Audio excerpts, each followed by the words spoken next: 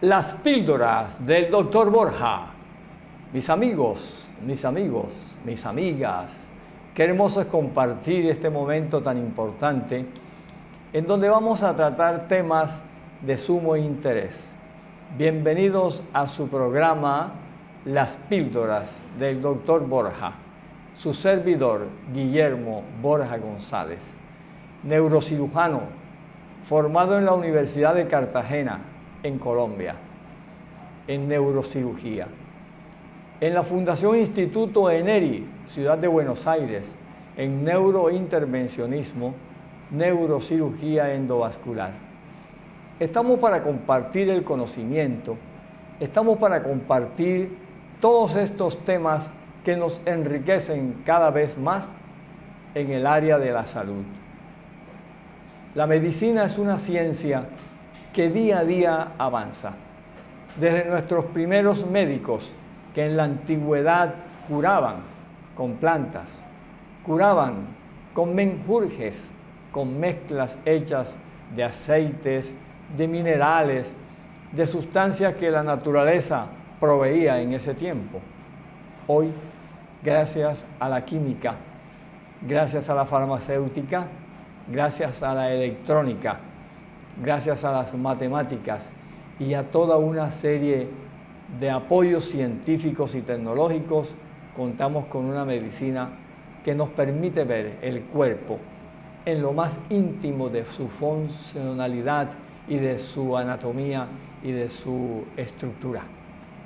Qué bueno, qué grato es que cada día de nuestra vida es un día más de felicidad, porque es un día más de experiencia y en el cual podemos saber y conocer todo lo que aprendemos de manera particular y lo que nos enseñan los maestros en todos los niveles. Desde nuestra escuelita de párvulos, desde nuestra transición, la primaria, el bachillerato, la formación profesional, las diferentes especialidades o magísteres o másters o PhD, en fin, la ciencia avanza todos los días.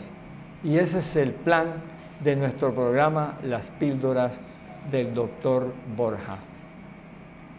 Traer aquí de manera agradable, en un lenguaje científico, pero que se puede entender y que se puede traducir a nuestro lenguaje cotidiano, a nuestro lenguaje diario, para que no importa que usted no sea médico y no importa que usted no tenga esos conocimientos en el mundo científico o de la salud o de la medicina, usted pueda entender todos los conceptos que aquí damos.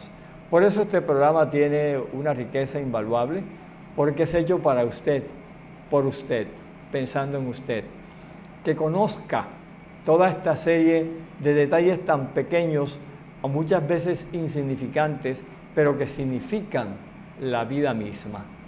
Una manera sencilla de conocer procesos de patologías o enfermedades nos ayuda a prevenirlas.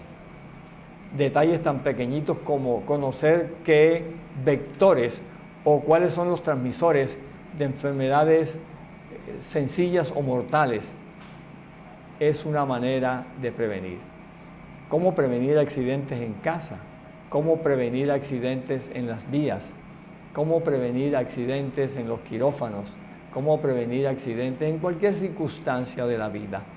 Aquí estamos para compartir todas esas enseñanzas que se han recopilado a través del tiempo y que gustosamente en esta oportunidad las vamos a compartir.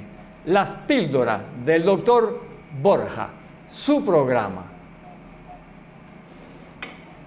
Las píldoras del doctor Borja, su programa en donde vamos a tratar temas interesantes. Hoy nos vamos a dedicar al tema del neurointervencionismo o cirugía endovascular en el área del sistema nervioso, el cerebro y la médula espinal. Vamos a analizar cosas tan importantes, tan fundamentales, desde los principios básicos hasta lo más sofisticado de esta ciencia nueva que nos aporta inmensos conocimientos que nos aporta baluartes interesantes e importantes. Miremos qué dice el computador, miremos qué dice la pantalla. Neurointervencionismo, cirugía endovascular, para tratar básicamente todo lo que tiene que ver con los accidentes cerebrovasculares. También tiene injerencia en el tema de los tumores cerebrales, porque estos se pueden tratar también por vía endovascular, sea aplicándole sustancias químicas que traten de quitarle vida a esas células cancerosas o tumorales, o traten de quitarle vascularización para desvitalizarlo y hacerlo más asequible al cirujano, al neurocirujano que lo va a operar, para que sea más fácil la cirugía en menos tiempo posible y con menos efectos nocivos para el paciente. Las estadísticas mundiales nos dicen que actualmente este año van a sufrir accidentes cerebrovasculares por lo menos 15 millones de personas.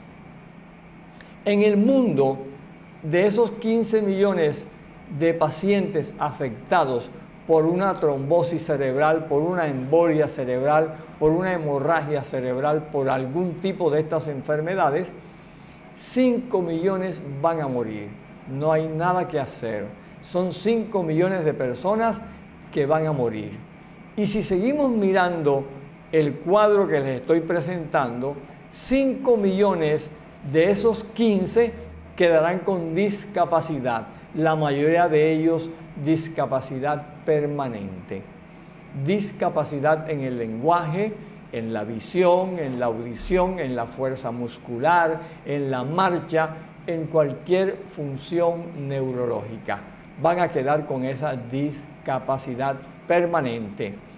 Y los otros 5 millones se podrán recuperar, pero también tendrán secuelas, aunque menores, que serán importantes para el desarrollo normal de su vida. Miren ustedes la importancia del accidente cerebrovascular, que para el año 2025 será la primera causa de muerte, por encima de las enfermedades cardíacas, vasculares del corazón. Por encima. Oigan bien ese aspecto importante de las estadísticas que muestran la tendencia de la salud, que muestran la tendencia de las enfermedades a nivel mundial. Recuerden que hoy el ser humano vive más tiempo en promedio que hace 50 años. Por decirles, en el año 1950, cada persona que nacía tenía la probabilidad de vivir 45 años aproximadamente. Hoy, ya en el siglo XXI, nace una criatura y tiene la posibilidad, la probabilidad de vivir 70 años o más. ¿Por qué?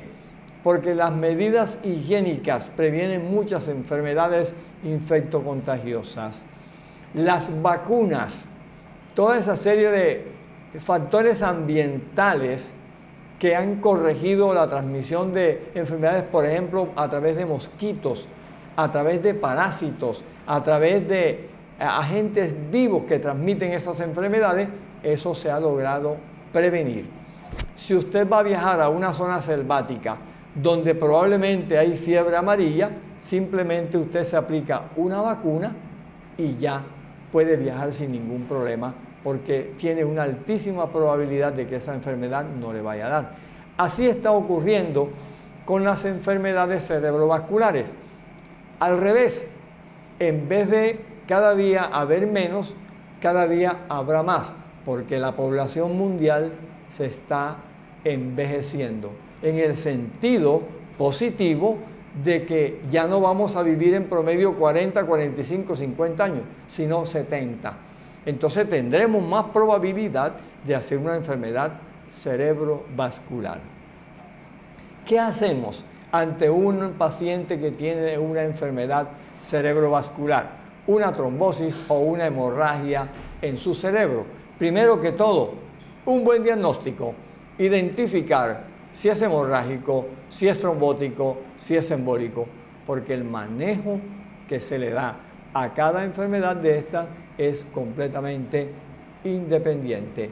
Y el manejo que se le dé, por ejemplo, a una hemorragia puede perjudicar si es un paciente con trombosis y viceversa. Si es un paciente que tiene una trombosis y le agregamos medicamentos para la coagulación, disminuirla, para que haya menos agregación plaquetaria, pues vamos a aumentar el proceso si es hemorrágico.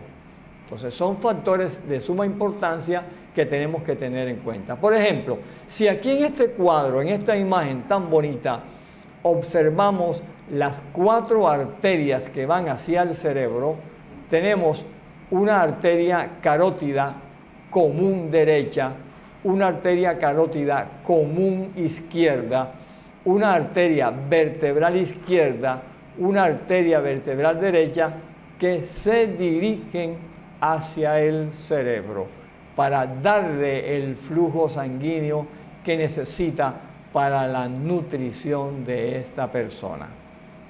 Esta es una vista antero-posterior de esta persona. Si hacemos una vista lateral, observamos aquí que salen del arco aórtico, de la aorta, la arteria carótida común del lado izquierdo, que se divide en la carótida externa que va hacia la cara, que no tiene mucha importancia en este caso para el cerebro, y la carótida interna izquierda en este caso, que va subiendo hacia el encéfalo para darle la nutrición que requiere el cerebro. Y acá observamos, naciendo de la arteria subclavia, una arteria importante que se llama la arteria vertebral. Se llama vertebral porque está introducida, se introduce a través de las apófisis transversas por los agujeros transversos y sube a la cavidad craneana, se introduce por el agujero magno, un agujero que existe en el cráneo, en el hueso occipital, sube por frente del tallo cerebral y va a dar la circulación en el lóbulo occipital, en el cerebelo y en el tallo cerebral. Es de suma importancia, mis queridos televidentes, que ustedes conozcan cómo funciona esto. Miren este detalle importante. Miren este detalle importante. La arteria carótida interna, al subir al cráneo, al penetrar en el cráneo, se divide en 2. Una que es de color morado, la cerebral anterior, de color morado. Se divide en otra que es de color amarillo, la cerebral media. Cerebral media. La arteria vertebral que va por detrás da origen a esta arteria llamada cerebral posterior. Entonces, hay 3 arterias cerebrales. La cerebral anterior, rama de la carótida interna, la cerebral media, rama de la carótida interna, y la cerebral posterior, rama de la vertebral. Pero miren un detalle importante. Estas arterias no están aisladas. Si ustedes observan, hay una unión entre lo morado con lo amarillo. Quiere decir que estas arterias se comunican entre sí. Que hay una unión entre lo amarillo con lo verde, porque estas arterias se comunican entre sí. Que hay una unión entre lo amarillo o lo verde con lo amarillo. Miren aquí cómo se unen, y lo verde con lo morado. Eso es favorable porque si, por ejemplo, a una persona se le tapa esta arteria aquí, quiere decir que si no recibe el flujo en este sentido, va a recibir el flujo por la arteria cerebral media que está en amarillo. Y si nos vamos atrás, si esta rama de la cerebral media se tapa aquí, todo este territorio quedaría afectado, pero se afecta menos porque la rama de la cerebral posterior está reemplazando en parte ese flujo que no está llegando por la trombosis que tuvo este paciente. De tal manera que son cosas para tener en cuenta muy importantes en este tipo de circunstancias y de enfermedades que se pueden producir en un paciente determinado. Y vamos a mirar un detalle importante para explicarle lo que es el neurointervencionismo. Ya les explicamos las arterias cerebrales. Muy bien, quedó claro que estas arterias son 4, las 2 carótidas internas del lado derecho, del lado izquierdo, que aportan, oiga bien, aportan el 80% del flujo cerebral, el 80% del flujo cerebral. Y las 2 arterias vertebrales que están aportando el 20% del flujo cerebral. Bien, entonces miremos este detalle importante. Este es el corazón. Mire cómo late el corazón. Esa sangre que sale del corazón, que ya viene de los pulmones y que está oxigenada, que está limpia, disponible para aportarle a cada órgano del cuerpo todos los nutrientes, todo el oxígeno que necesita. Aquí está la arteria aorta, que es el tubo madre del acueducto del organismo humano. Esta arteria aorta usted ve que da origen a la carótida derecha, origen a la carótida izquierda y da origen a las arterias subclavias, que a su vez dan origen a la arteria vertebral.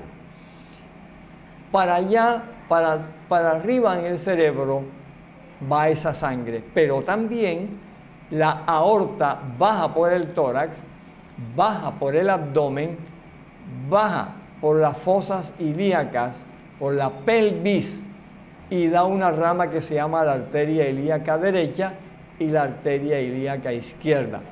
A su vez, da 2 ramas, la femoral superficial y la arteria femoral profunda.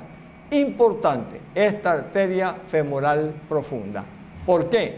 Porque nosotros abordamos, entramos a los grandes vasos del organismo humano mediante punciones, mediante cateterismos que se hacen a través de la arteria femoral. Aquí estoy señalándole la arteria ilíaca derecha, la arteria ilíaca izquierda. Estoy mostrándole cómo la femoral se divide en 2, la femoral superficial, la femoral profunda. El cateterismo se hace penetrando a las arterias a través de la femoral. Y miren, mis queridos televidentes, cómo podemos llegar con un catéter, sea del lado derecho o del lado izquierdo. Aquí estamos, esta figura en azul es el catéter.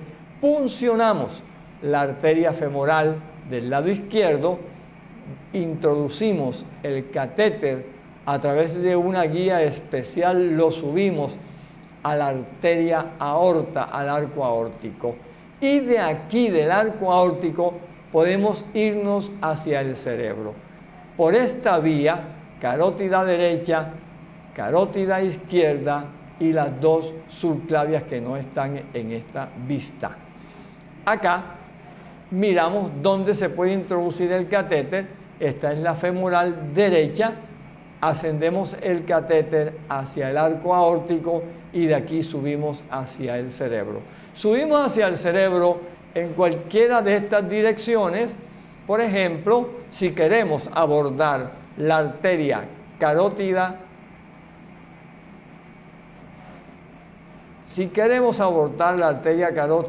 derecha, vamos acá.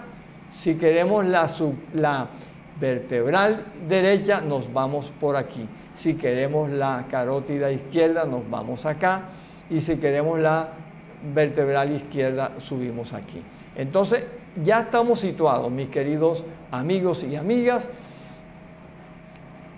en este punto importante, y vienen ya el estudio de cada una de las arterias cerebrales.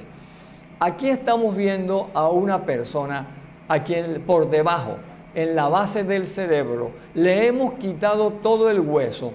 ¿Cómo se ve el cerebro cuando se le quita el hueso? De esta manera: lóbulos frontales, nervios olfatorios, nervios ópticos, lóbulo occipital, lóbulo temporal desde la base del cráneo y la glándula hipófisis o pituitaria. Miren ustedes esta trama vascular.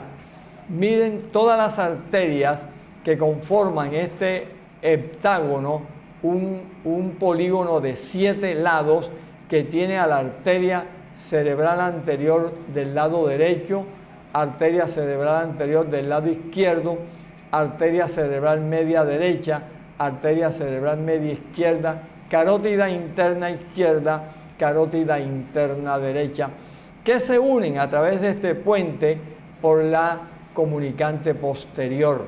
La carótida interna se une con la cerebral posterior a través de la comunicante posterior. Si se tapa una arteria en algún lado, por ejemplo, en las dos cerebrales anteriores hay un puente que se llama arteria comunicante anterior. Si esta arteria se tapa aquí, no hay un infarto grande en esta arteria cerebral anterior, porque el flujo de la del lado contrario, la izquierda en este caso, entra un poco por acá y reemplaza en un porcentaje aceptable esa sangre que aquí no le estamos aportando por el mismo lado de ella, por el lado derecho. Entonces, por eso es que muchos pacientes no mueren de una trombosis de manera inmediata y hasta logran recuperarse aceptablemente, porque hay un flujo que está siendo reemplazado por un puente, por una anastomosis de una arteria contralateral. Y las dos vertebrales, miren cómo las dos vertebrales se unen en el tallo cerebral y forman un tronco llamado tronco basilar. Este tronco basilar da muchas ramas importantes: las cerebelosas anteroinferiores, las cerebelosas anterosuperiores, las arterias pontinas que van a inervar el mesencéfalo, que van a inervar la protuberancia y el bulbo raquídeo, y la médula espinal a través de la arteria espinal anterior. Muy importante cuando revisamos a una persona que tiene esta enfermedad, estas dilataciones en las arterias que se llaman aneurismas cerebrales. Observen con detalle los diferentes aneurismas que tenemos aquí. Aneurismas de la arteria cerebral anterior grande, sacular, gigante, un aneurisma de la cerebral media también gigante, un aneurisma de la arteria cerebelosa posteroinferior, la arteria cerebelosa posteroinferior. Y así sucesivamente podemos mirar otros estudios que nos van a dar diagnósticos, como son la tomografía axial computarizada, que nos van a dar a través de la resonancia, la angioresonancia, muchos estudios y muchas orientaciones y diagnósticos que son sumamente importantes. Aquí tenemos entonces, hablando de neurointervencionismo, nuestra zona de cirugía o de intervención endovascular. Esta es la mesa. Este es un equipo que se basa en la función de los rayos X. Se llama angiógrafo porque se dedica a mirar todo lo que es el estudio de los vasos sanguíneos. No solamente vasos sanguíneos. El angiógrafo es utilizado por los cardiólogos para hacer cateterismos del corazón, para hacer tratamientos de estenosis coronarias, para hacer reemplazos de válvulas, para hacer correcciones de comunicaciones interauriculares, en fin, para muchas cosas. Nosotros, los neurocirujanos endovasculares, los neurointervencionistas, utilizamos el angiógrafo para hacer estudios de todas las arterias, de todas las venas que son de nuestra especialidad. En este caso tenemos a un paciente que le estamos haciendo un estudio porque tuvo una patología cerebrovascular. Entonces, aquí observamos el catéter, la punta, el extremo proximal del catéter o del introductor. Este es un tubo que generalmente se queda en la pelvis o puede ascender a la arteria ilíaca o puede ascender a la aorta abdominal, depende del largo que tenga y depende de lo que necesitamos para intervenir en nuestros pacientes. Tenemos al paciente ya ubicado, la punción está hecha en la arteria femoral derecha. Observen que ya por este introductor estamos haciendo ascender un catéter, en este caso de tipo diagnóstico. Vamos a hacer una panangiografía. Ahí estamos, en esto precisamente. Como este es un paciente que está en delicado estado de salud, que no colabora en el procedimiento, que tiene un estado de conciencia deteriorado, tenemos a nuestro anestesiólogo. Él nos apoya, nos ayuda para que este paciente permanezca quieto, tranquilo y podamos hacer el estudio de una manera óptima. Paciente intubado, paciente que viene de cuidados intensivos, estamos introduciendo el catéter, estamos tomando las diferentes posiciones. Miren cómo el angiógrafo, el tubo que está colocado en este brazo, se mueve para donde uno quiera moverlo. Lo hace 180 grados en ambos sentidos, de derecha a izquierda, de izquierda a derecha. Lo hace 180 grados también a nivel anteroposterior, es decir, de la cabeza se va hacia atrás, llega hasta abajo y vuelve a subir 180 grados. Nos permiten evaluar al paciente en todas sus dimensiones. Ahí está. Le aplicamos, mire cómo estamos aplicando aquí el medio de contraste. El líquido, la sustancia de contraste está penetrando en las arterias del paciente, la estamos analizando plenamente y nos damos cuenta de cuál es el problema del paciente. Ese estudio se llama panangiografía cerebral. La panangiografía cerebral nos permite ver en diferentes posiciones esta situación especial. Mire, la carótida del lado derecho, carótida interna, con sus dos ramas principales, la cerebral anterior, la cerebral media. Aquí hay una variante anatómica muy especial donde se ve la arteria comunicante posterior, esta que está aquí, que normalmente, usualmente, frecuentemente no se ve de ese tamaño, de ese calibre. Aquí está una posición oblicua, por ejemplo, en esta que se ve aquí, esta es la posición oblicua que corresponde a esta imagen, esta es la imagen que corresponde a la posición oblicua. Y esta es la posición lateral, la arteria cerebral anterior, la arteria cerebral media, la arteria carótida interna, la arteria oftálmica, la que va hacia el ojo. Podemos hacer diagnóstico de diferentes patologías. Esta es una arteriografía normal. En la posición lateral tenemos al paciente con su cerebral anterior, cerebral media, comunicante posterior y una rama, la cerebral posterior. Lateral, posición lateral. En la anteroposterior vemos la cerebral anterior, la cerebral media. Miren la arteria carótida interna, cómo se divide en dos cuando está dentro del cráneo, por debajo del cerebro, y da estas imágenes. Aquí vemos la cerebral posterior en la posición anteroposterior. La vertebral del lado izquierdo, que generalmente es la dominante, las dos ramas importantes cerebrales posteriores del lado izquierdo, posterior del lado derecho, tronco basilar y la arteria cerebelosa postero inferior. Así hacemos diagnóstico de acuerdo a la patología que tenga el paciente. Esto es sumamente importante, mi querido amigo, mi querida amiga, para hacer diagnósticos en las diferentes patologías. Y ya lo vamos a ver un poquito más adelante en su programa, Las Píldoras del Dr. Borja. Las Píldoras del Dr. Borja, su programa. Gracias, amigo, por compartir con nosotros estos momentos del conocimiento. La ciencia médica avanza todos los días. La ciencia médica es una de las ramas del saber que más adelanto presenta a nivel mundial, porque las patologías son tan diferentes, tan cambiantes, pero los equipos de investigación y de trabajo médico son muchos en todos los lugares del mundo.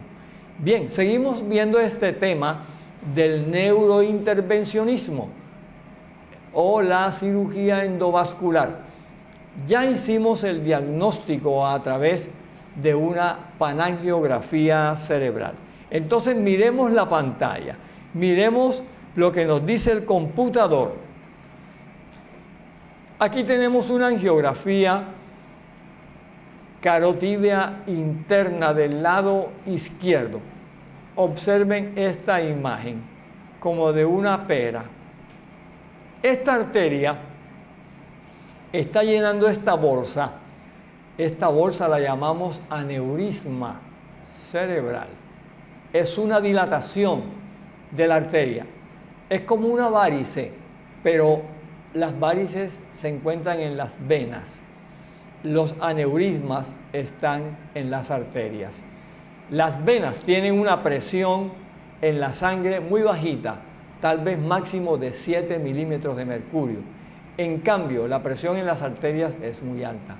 La presión normal de un adulto sano es de 120/80. Presión sistólica o máxima de 120 milímetros de mercurio es la presión sistólica o la máxima en un ser humano promedio normal. Y la diastólica, que es la menor, 80.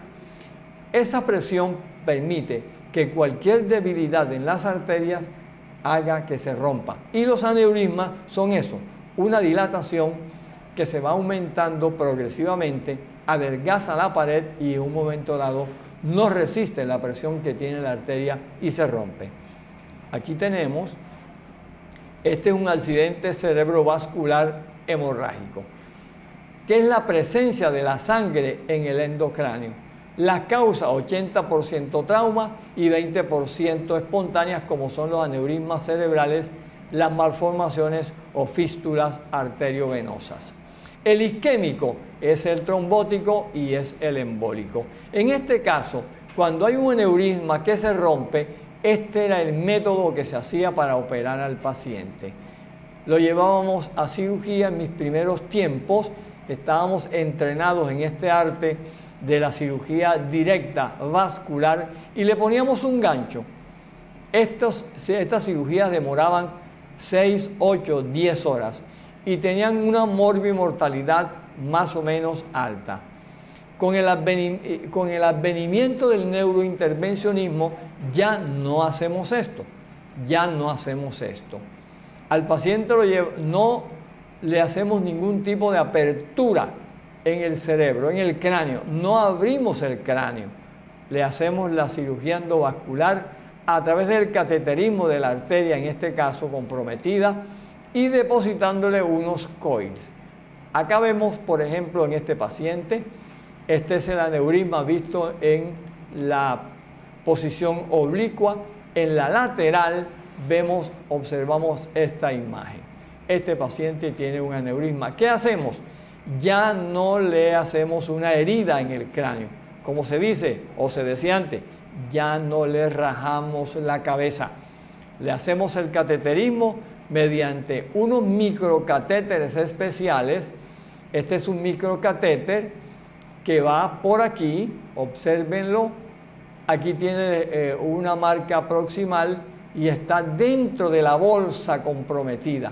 Estamos soltándole un coil. Un coil viene siendo, imagínese usted, un alambre, por supuesto muy fino, muy delicado, no traumático, que se lo vamos soltando, lo vamos posicionando paulatinamente, poco a poco, dentro de ese aneurisma cerebral. Y miren cómo vamos avanzando, ya está más denso el ovillo, la madeja del coil, ya prácticamente el aneurisma no se ve porque está tapado por los coils que le hemos depositado. Este es un control que hacemos. Este es un aneurisma que logramos tapar en 20 minutos. En 20 minutos. Este paciente se puede considerar curado. Aquí tenemos otro paciente. El aneurisma anterior estaba aquí. Este aneurisma está en la cerebral anterior. Esta es la arteria cerebral anterior, esta es la arteria cerebral media y esta es la carótida interna, que es la que da las ramas. Entonces miren cómo este aneurisma lo estamos visualizando en diferentes posiciones y allí le estamos llenando con coils. Estamos tapándolo con coil. La madeja de coil es más grande. Este todavía no ha entrado por completo. Lo vamos empujando poco a poco y tapamos por completo el aneurisma. Le hacemos un control y miren cómo ese aneurisma ya quedó bloqueado, completamente tapado. Hay aneurismas que tienen la siguiente característica. Son de cuello ancho. Mire este aneurisma. Si usted deposita unos coils dentro de ese aneurisma, esos coils se salen y van a tapar la arteria, ocasionándole un daño muy importante al paciente porque se le va a tapar la arteria. Tenemos otro método. ¿Cuál es ese método? Subimos una malla tubular, un tubito, una malla en forma de tubo, tapamos el cuello del aneurisma y a través de un microcatéter que se introduce acá, le depositamos los coils. Miren, los coils ya no se salen porque esta madeja, porque esta malla, este tubito en forma de malla, protege el cuello del aneurisma y los coils ya no se van a salir.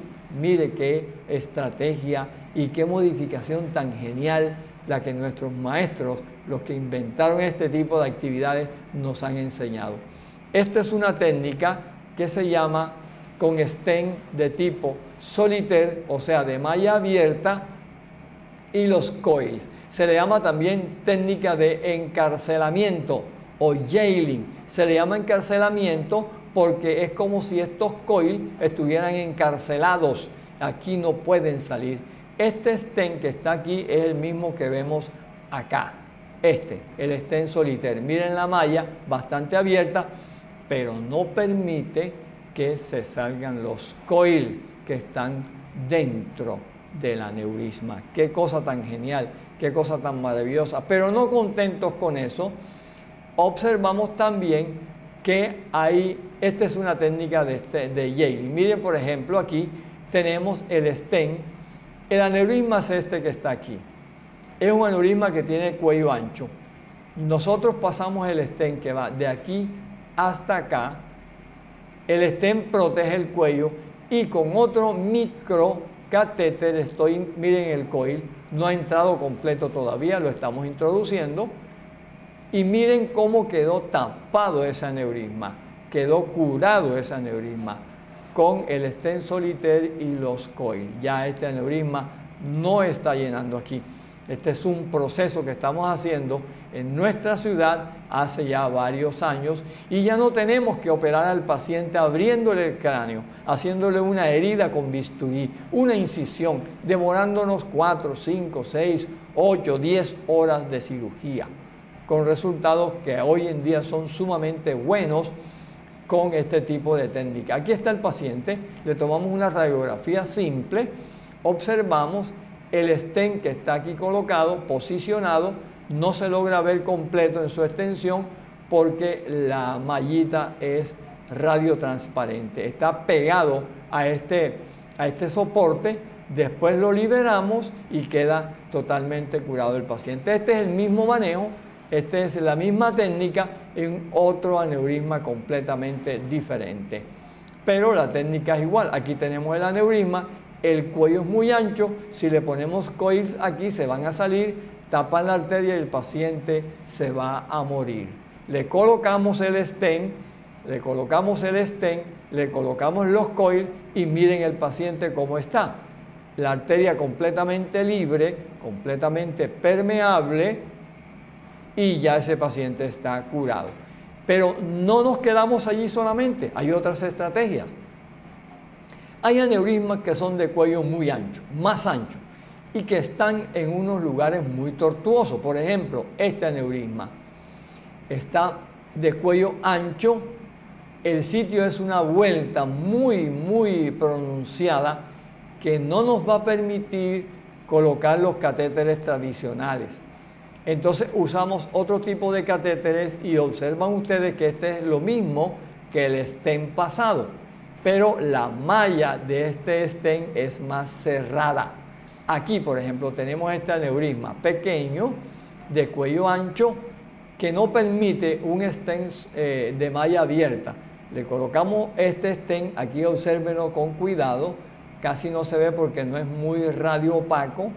Este stent cubre el cuello del aneurisma con una malla bastante cerrada, no totalmente cerrada, pero que solamente permite el ingreso muy suave, muy pequeño, muy lento del flujo sanguíneo y va a permitir con el tiempo que ese flujo sanguíneo se detenga. Este es otro aneurisma, miren el cuello tan grande, le aplicamos un stent aquí lo vamos a ver, aquí está el stent, pero si ustedes observan, aquí tenemos otro microcatéter metido dentro del aneurisma. Eso quiere decir que si está dentro del aneurisma le podemos poner coils. Aquí están los coils, mire, observe con detalle los coils que estamos colocando.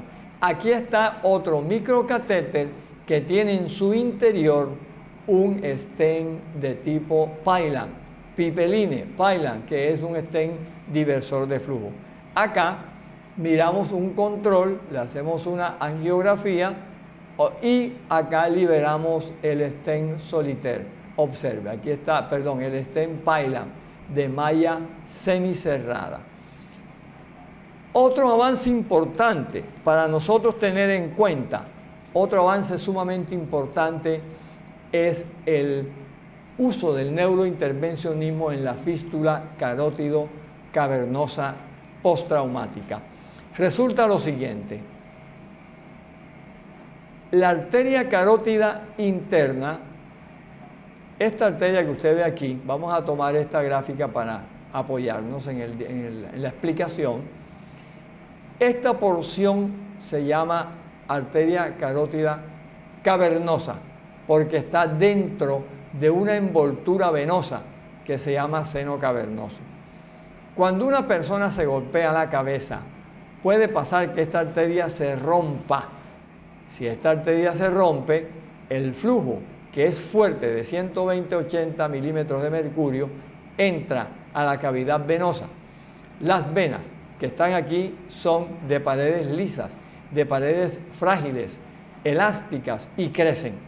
Observemos a este paciente. Mire, aquí este paciente tuvo un trauma, se manifestó como un enrojecimiento del ojo porque ese estudio hace que toda la sangre se vaya hacia el ojo y se enrojece todo el globo ocular. Se sale el globo ocular como si tuviera una proptosis. El globo ocular se protruye como si fuera a salirse por la presión tan alta que está metiendo esta arteria.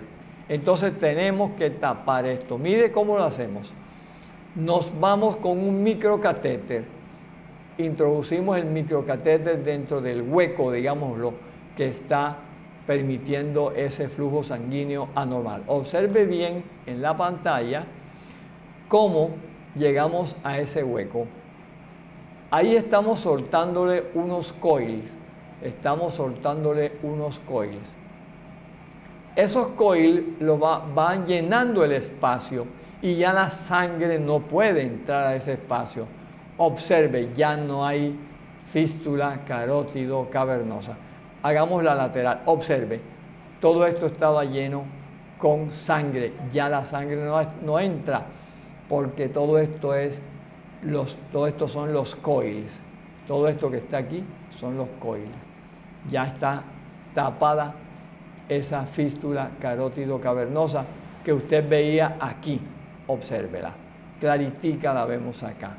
Ya esta arteria se ve de otra manera, absolutamente diferente. Ese paciente está curado. Cirugía endovascular, neurointervencionismo. Lo aplicamos también, lo podemos aplicar también en las malformaciones arteriovenosas. ¿Qué es una malformación arteriovenosa? Es una comunicación anormal, congénita, de nacimiento, pero a veces puede ser traumática y se llama fístula arteriovenosa. Entre una arteria, en este caso la cerebral media, y una vena, aquí en esta parte. Si vemos otra imagen, observamos lo mismo.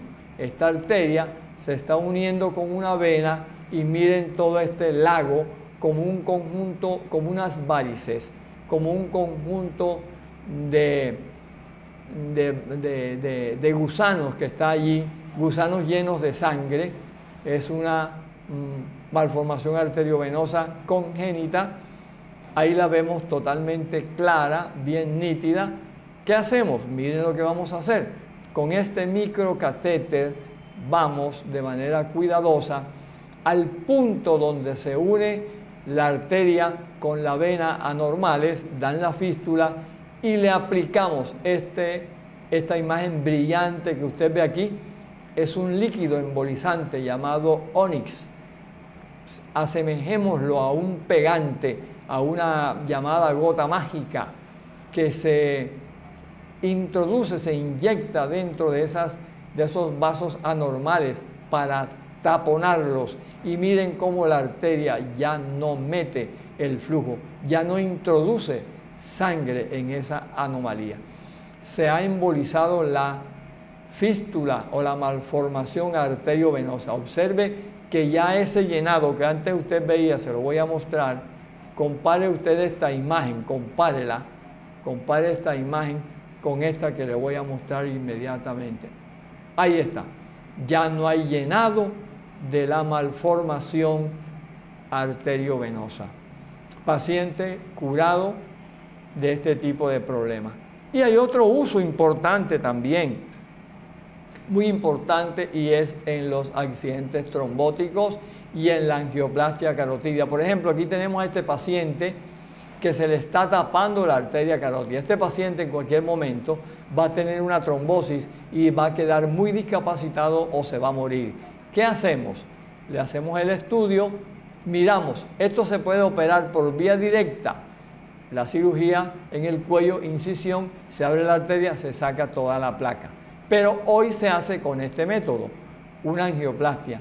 Se le dilata la arteria y se le coloca un stent, como usted lo ve aquí. Aquí, observe. Esta es la arteria que se está tapando, se le coloca una malla, un stent, se abre el stent, se abre la malla, se abre el sitio estrecho con un balón, se dilata y eso queda dilatado. Observe un detalle importante, aquí hay unos grumos que se desprenden de allí y que pueden tapar la arteria, pero hay un sistema de protección con filtro que se coloca un poquito distal y todo lo que se desprenda, todo coágulo, todo ateroma que se desprenda de aquí es bloqueado o atrapado por este filtro especial.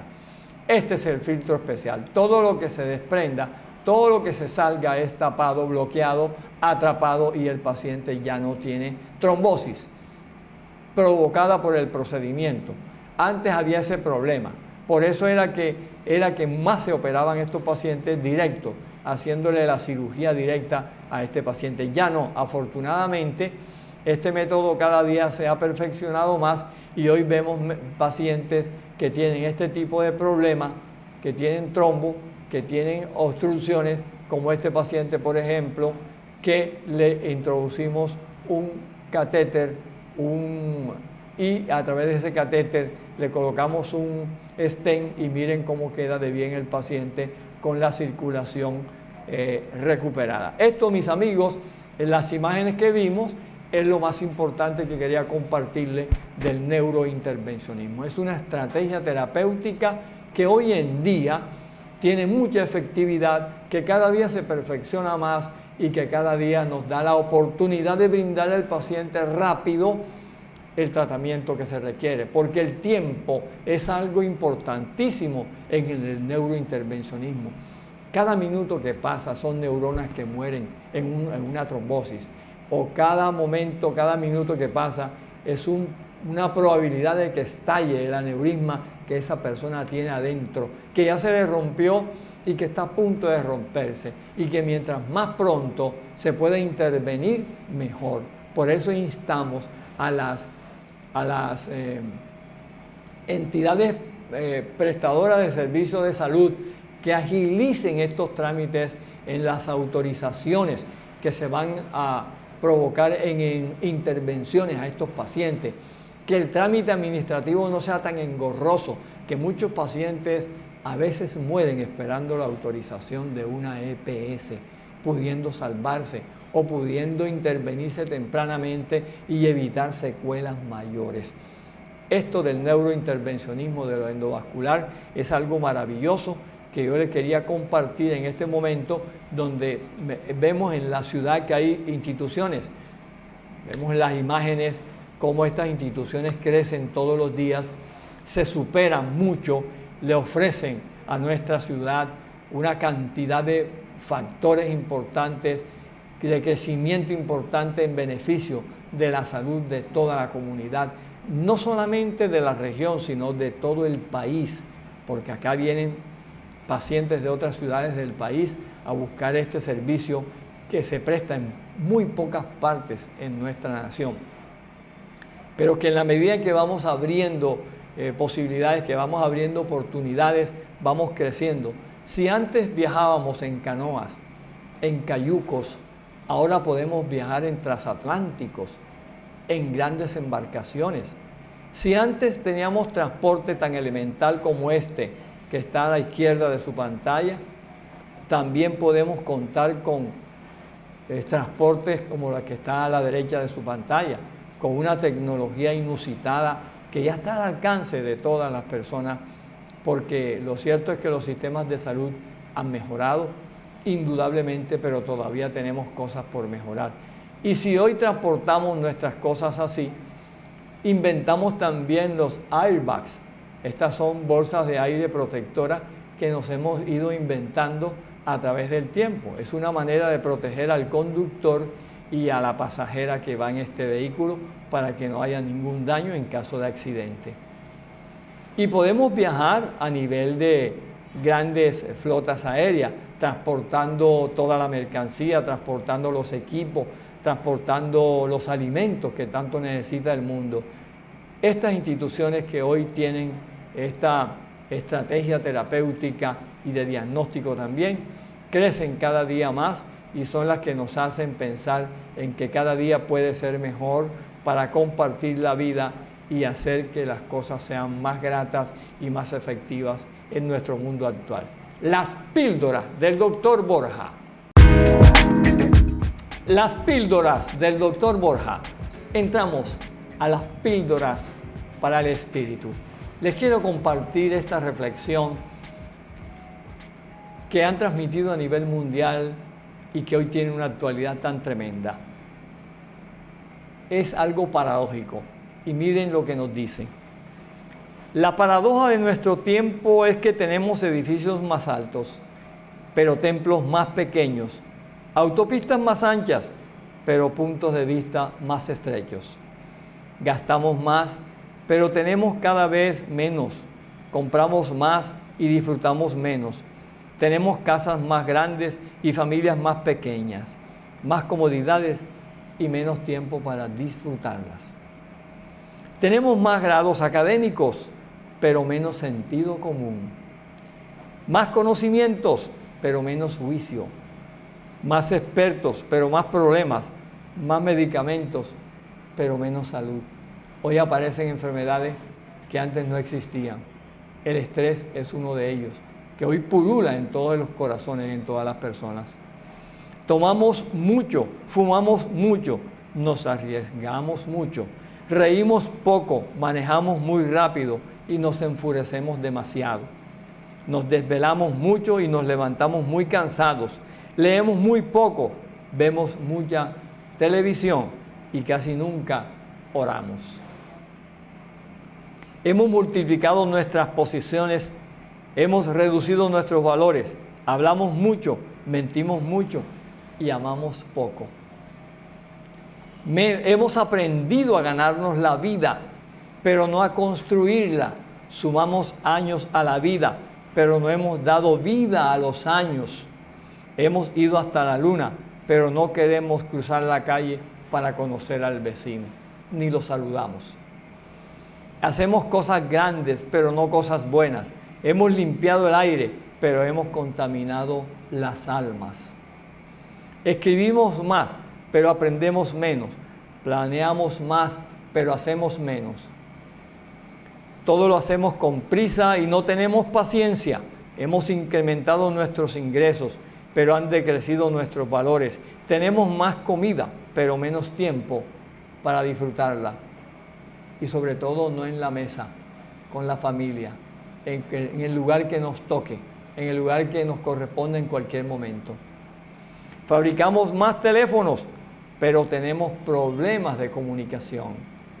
Somos una gran cantidad, pero de poca calidad. Es la época de la comida rápida y de la digestión lenta, de personas con mucho egoísmo y de poco carácter. Hay más variedad de comidas, pero más desnutrición y lo peor, la obesidad. Son los tiempos de 2 ingresos en casa, de más divorcios y de guerra en los hogares, de casas de bolsas, pero de hogares en quiebra. Hay más dinero en nuestros bolsillos. Ella produce y yo también, pero nos amamos cada vez menos, dialogamos cada vez menos, nos entendemos cada vez menos. Estos son los tiempos de más viajes, de pañales desechables, de moralidad desechable, de aventuras de una noche, de cuerpos con sobrepeso y píldoras que lo hacen todo, desde estimular, hacer callar o matar. Es la época donde hay mucho en el mostrador, pero nada en la trastienda. Tenemos mucho para mostrar, para que nos vean, pero poco contenido en nuestra alma y en nuestro corazón. Un tiempo cuando la tecnología puede hacer llegar esta carta, esta reflexión, y un tiempo en que tú puedes elegir, hacer la diferencia. Esta reflexión la puedes tirar en la basura o la puedes depositar en tu corazón. Qué hermoso es reflexionar con la evolución de los tiempos. Te puedes comunicar con cualquier persona en cualquier lugar del mundo, pero qué difícil hablar con tu esposa o tu esposo. Qué difícil hablar con tu hijo o tu hija. Qué difícil hablar con un amigo o una amiga. Qué difícil entenderse con nuestros hermanos, porque no abrimos la puerta más importante, que es la puerta del corazón. Las píldoras del Dr. Borja. Su servidor, Guillermo Borja González, neurocirujano de la Universidad de Cartagena, neurointervencionista, Fundación Instituto Neri, Ciudad de Buenos Aires, Argentina. Que sean felices, hoy y siempre.